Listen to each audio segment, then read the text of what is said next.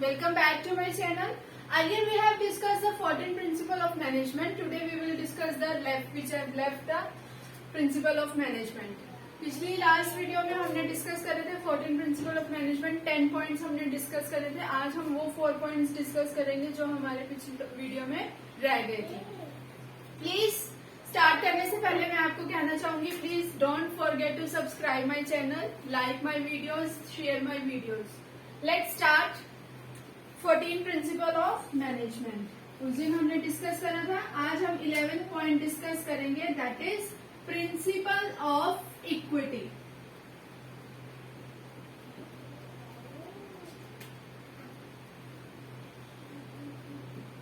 Principal of equity means, इसमें क्या बोल रहा है हमें Henri Fayol. Henri Fayol is saying that according to this principle of equity that fair treatment should be given to the employees. ठीक है, हमें जो एम्प्लॉयज के साथ है that should be fair treatment.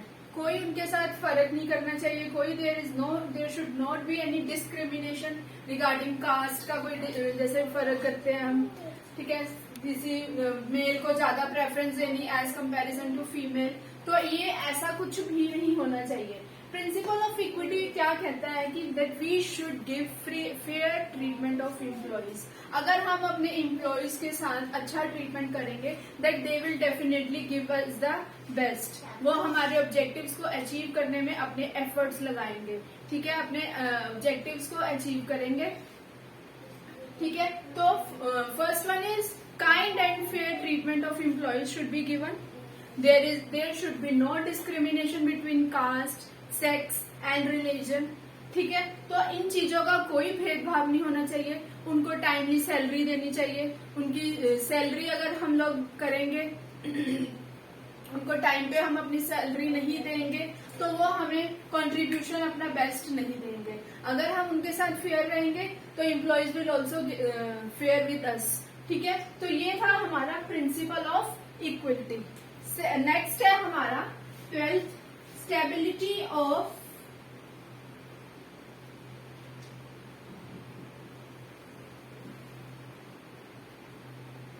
Tenure personnel.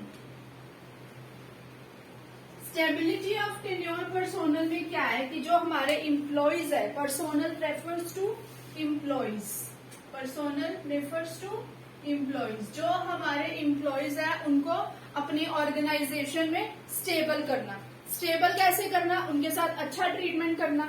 ठीक है, उनको ये फील करवाना that their jobs are safe. ठीक है, फीलिंग ऑफ सिक्योरिटी, उनको हमने जॉब सिक्योरिटी की फीलिंग उनको करवानी. ठीक है, कई ऑर्गेनाइजेशन में होते हैं जो अपने एम्प्लॉयज को बहुत डाउन समझते हैं because managers think that the workers are not good for nothing. ठीक है, जो वर्कर्स है वो हमारे लिए कुछ भी नहीं है. तो कई एम्प्लॉयज जो होते हैं वो क्या समझते हैं that they are overburden, they are underpaid, तो भी वो नहीं करते. तो उनको जॉब सिक्योरिटी फील करवाना दैट इज मस्ट इम्पोर्टेंट. ठीक है, जॉब सिक्योरिटी फीलिंग अगर उनके साथ होएगी तो they will not transfer anywhere और there is no job rotation. ठीक है, जॉब रोटेशन भी कम हो जाएगी, ट्रांसफर उनकी कम हो जाएगी. अगर हम ट्रांसफर नहीं करेंगे, उनको टर्मिनेट नहीं करेंगे, that they will feel stable. ठीक है, तो स्टेबिलिटी ऑफ टेन्योर पर्सोनल में हमें हेनरी फ्योल क्या कहना चाह रहा है दैट कि एम्प्लॉयज को है जॉब सिक्योरिटी की फीलिंग करवानी चाहिए, that their jobs are free. ठीक है, अगर हम उनको थोड़े टाइम बाद टर्मिनेट करते जा रहे हैं या कहीं उनको और ट्रांसफर करते जा रहे हैं तो उससे हमारा क्या होगा? हमारे वेस्टेज ऑफ रिसोर्सेज भी होंगे. ठीक है, हमारे रिसोर्सेज, टाइम हमारा वेस्टेज होएगा. हमने जो ट्रेनिंग उनको प्रोवाइड करी, ट्रेनिंग में जो हमने अपनी कॉस्ट लगाई, जो हमने खर्चा करा, that should all be waste. ठीक है, अगर हम उनको स्टेबिलिटी ऑफ टेन्योर स्टेबल ही नहीं फील करवा रहे, वो थोड़े टाइम बाद चेंज कर लेते हैं, उनके साथ अपना भी जो बिहेवियर है वो अच्छा नहीं रखते वर्कर्स के साथ, तो वो थोड़े टाइम बाद क्या कर लेते हैं? शिफ्ट हो जाते हैं नेक्स्ट जॉब की तरफ. ठीक है, तो हेनरी फ्योल इसमें कह रहा है कि जॉब सिक्योरिटी जो फीलिंग है वो वर्कर्स को मस्ट करवानी चाहिए. ठीक है, नेक्स्ट है हमारा इनिशिएटिव. इनिशिएटिव प्रिंसिपल, ठीक है। इनिशिएटिव में हमें क्या कह रहा है, first step is self motivation. जो एम्प्लॉयज के लिए बहुत जरूरी है, that is self motivation. Employees को भी आगे बढ़ना चाहिए, आगे स्टेप लेना चाहिए। अगर हम किसी पर्सन को, या अपने पे ही लेकर चलो, अगर हमें कोई प्रेफरेंस दे रहा है, then only we will move further, है ना। हम आगे तभी बढ़ेंगे अगर हमें कोई मिल रही है। तो इनिशिएटिव में क्या है कि जो एम्प्लॉयज हमारे ऑर्गेनाइजेशन में वर्क कर रहे हैं, उनको भी हमारी जो हम टारगेट सेट करते हैं, अपनी प्लानिंग करते हैं, तो उनको भी उन प्लानिंग में पार्टिसिपेशन देनी, ठीक है। इनिशिएटिव में क्या है, पार्टिसिपेशन ऑफ एम्प्लॉयज, उनसे सजेशंस लेनी, ठीक है। उनसे सजेशंस लेनी while framing a target, while framing a plan, ठीक है। कि कोई, अगर हमने कोई चीज के बारे में प्लानिंग करनी है, तो अपने सारी एम्प्लॉयज को बिठा के उनसे सजेशंस लेके फिर आगे जो अपने प्लान्स हैं जो सेट करने हैं, फिर उसके अकॉर्डिंग उनको बताना कि that these are the plans you have to follow, ठीक है। अगर हम उनसे सजेशंस ही नहीं लेंगे तो वो भी फिर अपने बर्डन लेके काम करेंगे। अगर हम उनको भी इन्वॉल्व करेंगे, मेनली जो इनिशिएटिव में है उनकी इन्वॉल्वमेंट लानी एम्प्लॉयज की, ठीक है। इन्वॉल्वमेंट लानी एम्प्लॉयज की ऑर्गेनाइजेशन में, कि सो दैट वो भी अपनी जो एफर्ट्स करते रहे, अपना बेस्ट देते रहे। अगर जो मैनेजर है वो उनको नहीं इन्वॉल्व करेगा, उनको कोई सजेशंस नहीं लेगा, उनको सिर्फ रिस्पॉन्सिबिलिटी दे देगा that you have to do this work only, ठीक है, तो वो मन खुश होके मन से नहीं करेंगे। तो अगर हम उनकी सजेशंस लेके उनको भी बीच में इन्वॉल्व करके हम कोई भी प्लानिंग करेंगे, कुछ भी फ्रेम करेंगे, अपने टारगेट्स वगैरह कुछ भी करेंगे, तो वो खुशी खुशी उसको अच्छा करेंगे। तो ये था हमारा इनिशिएटिव। तो इनिशिएटिव में क्या है, participation of employees while framing the plans, उनसे सजेशंस लेनी, बाय टेकिंग सजेशंस,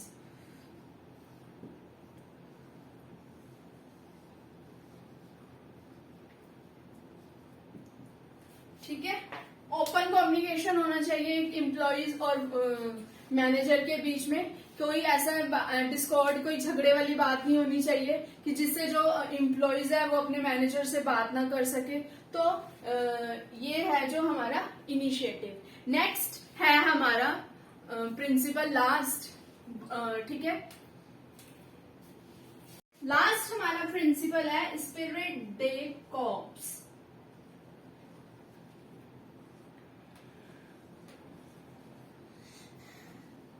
इस प्रिंसिपल में क्या है, अकॉर्डिंग टू दिस प्रिंसिपल, जो हमारे मैनेजर्स है they will try to promote the team spirit, ठीक है। मेनली इसमें क्या है, टीम स्पिरिट, कि एक टीम स्पिरिट होनी चाहिए, हार्मनी, पीसफुली काम करे मैनेजर्स और एम्प्लॉयज, ठीक है। जो भी काम करे एक टीम में काम करे।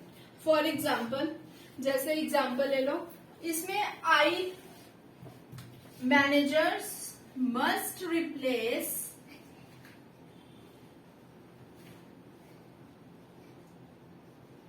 I with V। मैनेजर को ये नहीं कहना चाहिए कि मैंने ये सारा काम करा, मैंने ये करा, मैंने वो करा। No, he must replace I with we. क्या कहना चाहिए उसको, कि हमने मिलकर ये सारा काम करा, ठीक है। आई को रिप्लेस करके वी, उसको क्या बोलना चाहिए, we, that we have done this work, ठीक है। तो इसमें मेनली क्या है, टीम स्पिरिट है, कि मैनेजर को आई रिप्लेस करके वी करना चाहिए, ठीक है। एक टीम स्पिरिट में काम करना चाहिए। फॉर एग्जाम्पल है, एक मैनेजर ने हमें काम दिया है 1000 यूनिट्स प्रोड्यूस करने के लिए, ठीक है। कितने यूनिट्स प्रोड्यूस करने हैं, 1000 यूनिट्स। और ईच इंडिविजुअल एम्प्लॉयज को उसने कहा है कि that you have to done 60 units daily. 60 units हर किसी ने अपने अपने करने हैं, ठीक है। टोटल जो है उनका 1000 है। अब जो इम्प्लॉयज होंगे उस ऑर्गेनाइजेशन में काम करेंगे वो सिर्फ 60 यूनिट्स को नहीं देखेंगे, they will do all the work for the 1000 units. सिर्फ वो अपने यूनिट्स के लिए नहीं अपने काम करेंगे, दे विल 1000 यूनिट मिलके सारा वो काम करेंगे। जैसे फॉर एग्जाम्पल इनमें 10 वर्कर्स थे, ठीक है, 2 वर्कर्स हो गए बीमार, दे गॉट सिक, ठीक है, 2 वर्कर्स जो थे इनमें बीमार हो गए। अब जो रिमेनिंग वर्कर्स बचे वो कितने रह गए, 8 वर्कर्स, ठीक है। अब 8 वर्कर्स जो है वो इस टारगेट को कंप्लीट करेंगे। 8 वर्कर्स ये नहीं देखेंगे कि हमने उसके 60 यूनिट्स नहीं कंप्लीट करने, no, they can not say, because this is they have to work under the team. Team में उनको काम करना पड़ेगा, तो वो जो 2 पर्सन का हिस्से का काम था वो भी 8 वर्कर सारा अपना काम करेंगे। ये थे हमारे 14 प्रिंसिपल्स ऑफ मैनेजमेंट। इसके बाद हम डिस्कस करेंगे अपना scientific management. Let's start with the scientific management. Next है हमारा topic scientific management. Scientific management which was developed by the F.W. Taylor. Who was the F.W. Taylor? F.W. was born in 1856 in USA.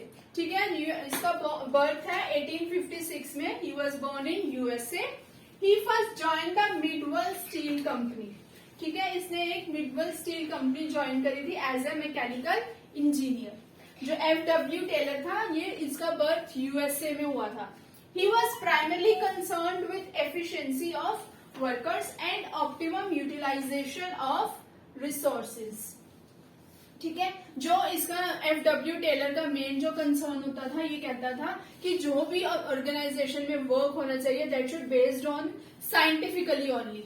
ठीक है, proper उसकी scientific inquiry होनी चाहिए। It should not B कोई ऐसा नहीं होना चाहिए कि जैसे कोई गेस वर्क, तुक्का लगाना, कुछ भी ऐसा नहीं होना चाहिए। एक्सपीरियंस के अकॉर्डिंग ऐसा कुछ भी नहीं होना चाहिए। All should be based on scientifically. ठीक है, तो मीनिंग ऑफ साइंटिफिक मैनेजमेंट क्या है? Meaning that is means knowing exactly what you want man to do and seeing that they do it in the best manner. इसका main जो purpose था ये जानना था कि पर्सन करना क्या चाह रहा है, पर्सन करना क्या चाह रहा है और जो वो कर भी रहा है वो अच्छे वे से कर रहा है। दैट देयर क्या ऑप्टिमम जो इसने रिसोर्सेज लगाए हैं अपने बिजनेस में वो उन रिसोर्सेज को फुली यूटिलाइज कर भी रहा है या उन रिसोर्सेज को वो वेस्टेज कर रहा है। तो जो उनका मेन जो होता था कि जो भी ऑर्गेनाइजेशन में काम कर रहा है वो दिल से करे। ठीक है, वो अपने ये नहीं है कि अपने इंट्यूशन से या अपने एक्सपीरियंस से करे, no, that should all done with the scientifically. ठीक है, इसके भी आगे जैसे हमने उसमें 14 प्रिंसिपल ऑफ मैनेजमेंट डिस्कस करे थे बाय हेनरी फ्योल, अब F.W. टेलर के भी हम आगे प्रिंसिपल्स डिस्कस करेंगे। सबसे पहले हमारा 14 प्रिंसिपल्स ऑफ साइंटिफिक मैनेजमेंट है, that is harmony not Discord. Principles of scientific management.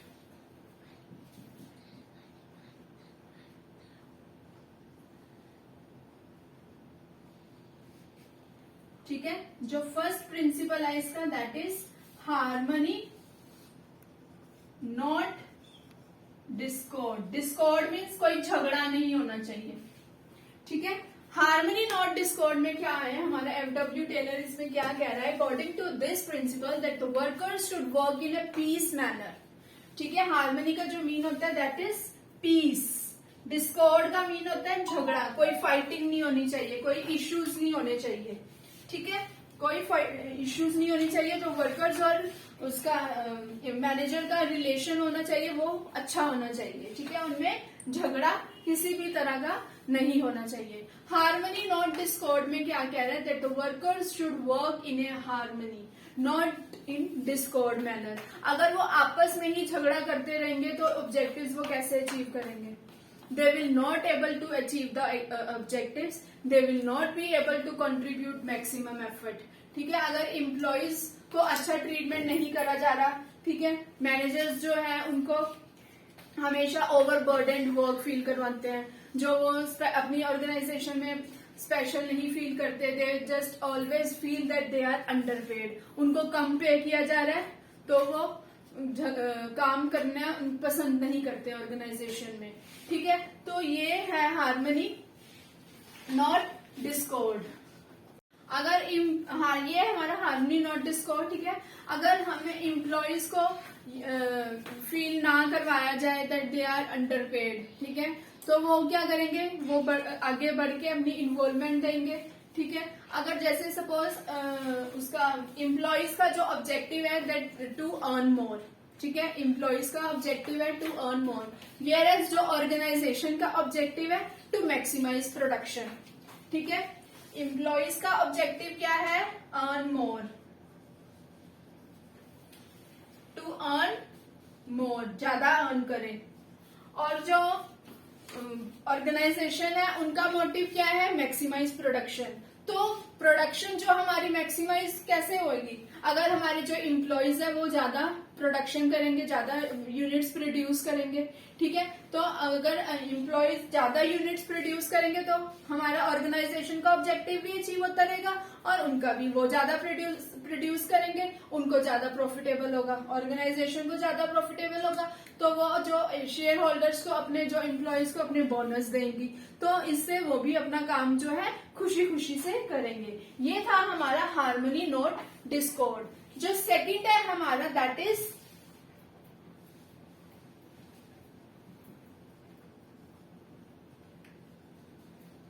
Not rule of thumb. Rule of thumb का मतलब क्या है कि जो हमारे ऑर्गेनाइजेशन में जो काम कर रहे हैं हम, दैट शुड बी ओनली, मैंने पहले भी डिस्कस करा, that the work should be based on scientifically inquiry, not on any guesswork, not on any will, जो हमारा मन कह रहा है उस पर नहीं बेस होना चाहिए। वो क्या होना चाहिए, तुक्का नहीं एक होना चाहिए, कि कई जने लगाते हैं ना कि मेरा तुक्का है कि हमारा बिजनेस ऐसे चलेगा जी, मेरी अंदर मेरी विलफुली ये है कि हमारे बिजनेस में ऐसा होगा। No, it should all be based on scientifically inquiry. ठीक है, तो ये है हमारा scientifically not rule of thumb, कि हमारा जो गैस वर्क नहीं होना चाहिए।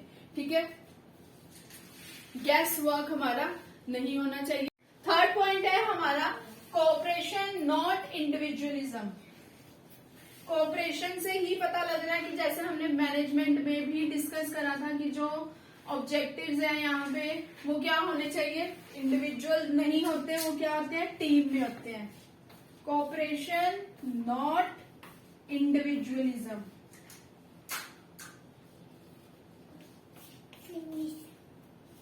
जो मैनेजर्स हैं, जो एम्प्लॉयज हैं, they must be cooperate with each other.